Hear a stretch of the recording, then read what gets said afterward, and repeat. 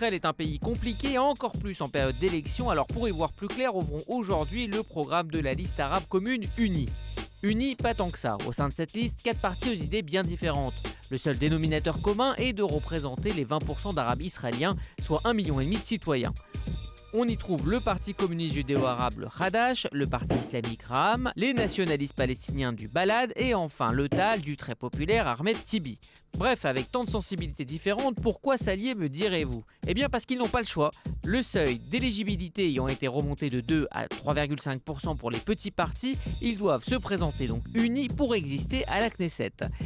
Il fallait bien trouver un leader, le voici, Ayman Odeh, 41 ans et avocat à Haïfa.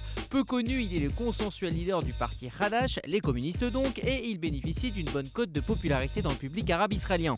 Reste alors à définir un programme, ce qui s'avère être difficile voire impossible vu les différentes sensibilités de la liste.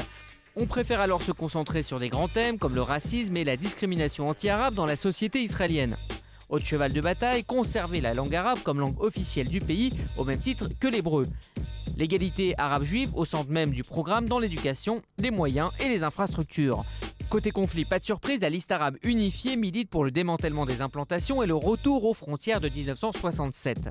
Avec des sondages qui les propulsent 3e force politique du pays, alors pourquoi ne pas rentrer dans une coalition pour peser vraiment ? Eh bien, même si leurs électeurs en rêvent, c'est peu probable, compliqué de participer à un gouvernement qui, en cas de guerre, pourrait décider par exemple de bombarder Gaza ou le Sud-Liban. En résumé, cette liste d'union arabe a tout pour peser dans la balance, mais hésitera à jouer pleinement le jeu démocratique. Une identité et un rapport à Israël compliqué, à l'image du 1,5 million d'Arabes israéliens qui, pour la plupart, se définissent comme palestiniens.